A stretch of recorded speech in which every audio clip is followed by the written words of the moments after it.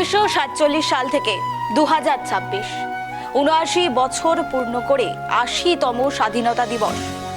একটি পতাকা একটি স্বাধীন দেশের পরিচয়, কিন্তু এই পতাকার প্রতিটি রঙের পেছনে লুকিয়ে আছে অসংখ্য গল্প। কারো হাত ছিল চরকা, কারো হাত বন্দুক, আর কেউ জেলে গিয়েছেন, কেউ ফাঁসির মঞ্চে হেসেছেন।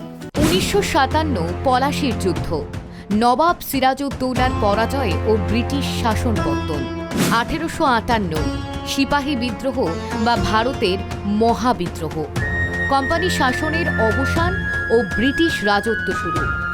১৮৮৫ ভারতীয় জাতীয় কংগ্রেসের প্রতিষ্ঠা, বম্বেতে প্রথম অধিবেশন। ১৯০৫ বঙ্গভঙ্গ ও স্বদেশী আন্দোলন, লর্ড কার্জনের বাংলা বিভাজন নীতি। ১৯১৯ জালিয়ানওয়ালাবাগ হত্যাকাণ্ড, অমৃতসরে জেনারেল ডায়ারের নৃশংসতা। ১৯২০ অসহযোগ আন্দোলন, মহাত্মা গান্ধীর নেতৃত্বে অহিংস আন্দোলন। ১৯৩০ লবণ সত্যাগ্রহ বা আইন অমান্য আন্দোলনের ডান্ডি অভিযান। ১৯৪২ ভারত ছাড়ো আন্দোলন, করেঙ্গে ইয়া মরেঙ্গে ডাক। ১৯৪৭ ব্রিটিশ শাসন থেকে ভারতের স্বাধীনতা লাভ। স্বাধীনতা কোনো একদিনে আসেনি, এর পেছনে ছিল দীর্ঘ কয়েক দশকের রাজনৈতিক আন্দোলন, গণ আন্দোলন, বিপ্লবী সংগ্রাম, শ্রমিক কৃষকের প্রতিবাদ, ছাত্র যুবদের অংশগ্রহণ এবং অসংখ্য মানুষের আত্মত্যাগ।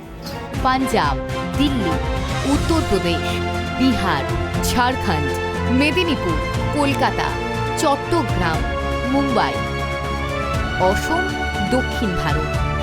স্বাধীনতার লড়াই একটি অঞ্চল নয়, গোটা ভারতের আন্দোলন। গান্ধীজি মোহনচাঁদ করমচাঁদ গান্ধী, নেতাজি সুভাষচন্দ্র বসু, ভগৎ সিং, জওহরলাল নেহেরু, সর্দার বল্লভভাই প্যাটেল, মাতঙ্গিনী হাজরা, প্রীতিলতা ওয়াদ্দেদার, বীর বিরসা মুন্ডা, আল্লুরি সীতারাম রাজু, কানকলতা বড়ুয়া, পাশাপাশি বহু জনজাতীয় ও আঞ্চলিক সংগ্রামী। ইতিহাসের পাঠ্য বইয়ে কয়েকটি নাম বারবার ফিরে আসে, কিন্তু স্বাধীনতা আন্দোলন ছিল তার চেয়েও অনেক বড়।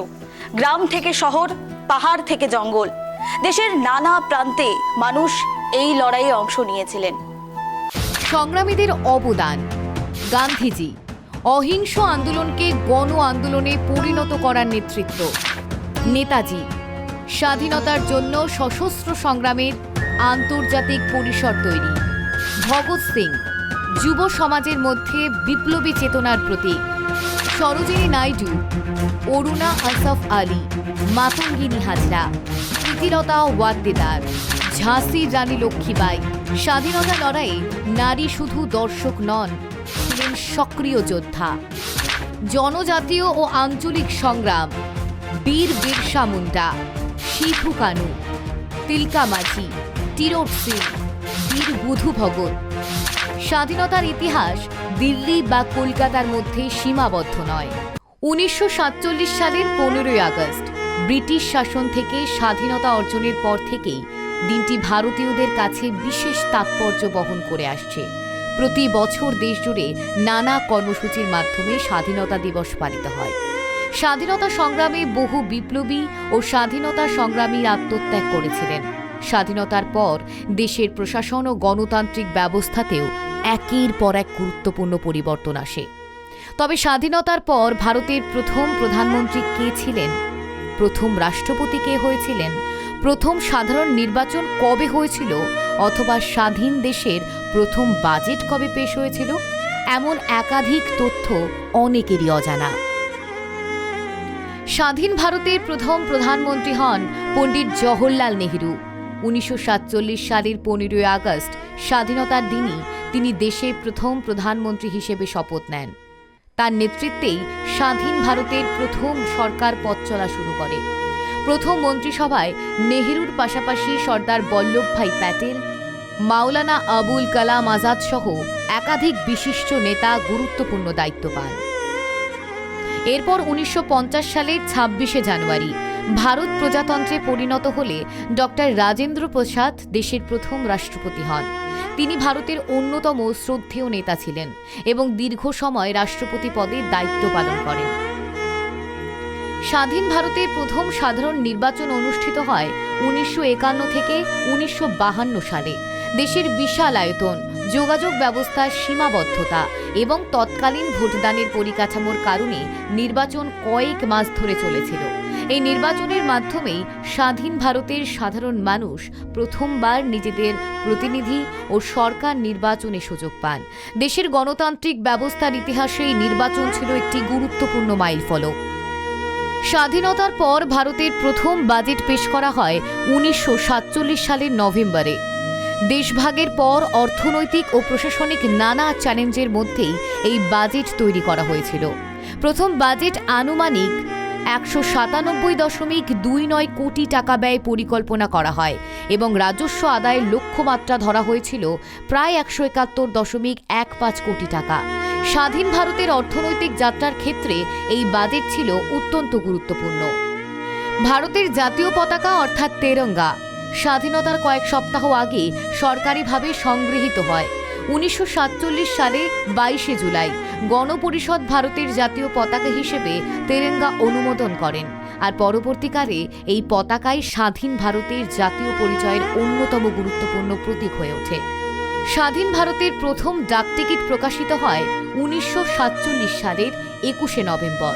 ডাকটিকিটটিতে ভারতের তেরঙ্গা পতাকা এবং জয় হিন্দ লেখা ছিল। এর মূল্য ছিল 3.5 আনা। ডাকটিকিটে 15 আগস্ট 1947 তারিখটিও উল্লেখ করা হয়েছিল। স্বাধীনতার স্মৃতিকে মানুষের কাছে ধরে রাখার ক্ষেত্রে এই ডাকটিকিটের বিশেষ ঐতিহাসিক গুরুত্ব রয়েছে। স্বাধীনতার সকাল যেমন ছিল আনন্দের, তেমনি ছিল গভীর ক্ষতের। দেশভাগ পাশাপাশি লক্ষ লক্ষ মানুষের জীবনকে বদলে দিয়েছিল। তাই স্বাধীনতার ইতিহাস শুধু বিজয়ের ইতিহাস নয়, এটি বিচ্ছেদ। যারা স্বাধীনতা এনে দিয়েছিলেন তারা আমাদের হাতে তুলে দিয়েছিলেন দেশকে। তারপরে ৭৯ বছর গড়েছে দেশ। কোটি কোটি মানুষ, সাধারণ মানুষ তিলে তিলে গড়েছে এই দেশকে। স্বাধীনতার গল্প তাই শুধু অতীতের গল্প নয়, এটি আজকের প্রশ্ন, এটি আগামী দিনের দায়িত্ব।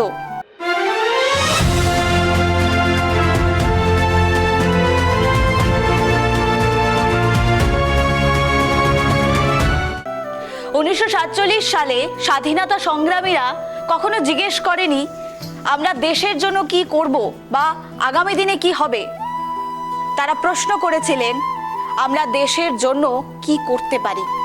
স্বাধীনতার ৮০তম বছরে দাঁড়িয়ে শুধু তাই দেশকে ফিরে দেখা বা স্মৃতিচরণ নয়, যাদের আত্মত্যাগে স্বাধীনতা এসছে তাদের স্মরণ করার পাশাপাশি নিজেদের কাছে প্রশ্ন তোলা, এই স্বাধীনতাকে আমরা কতটা অর্থবহ করতে পারি আর আগামী প্রজন্মের জন্য কেমন ভারত রেখে যেতে চাই। ইতিহাস আমাদের স্বাধীনতা দিয়েছে, এবার সেই স্বাধীনতা মর্যাদা রক্ষা করার দায়িত্ব আমাদের।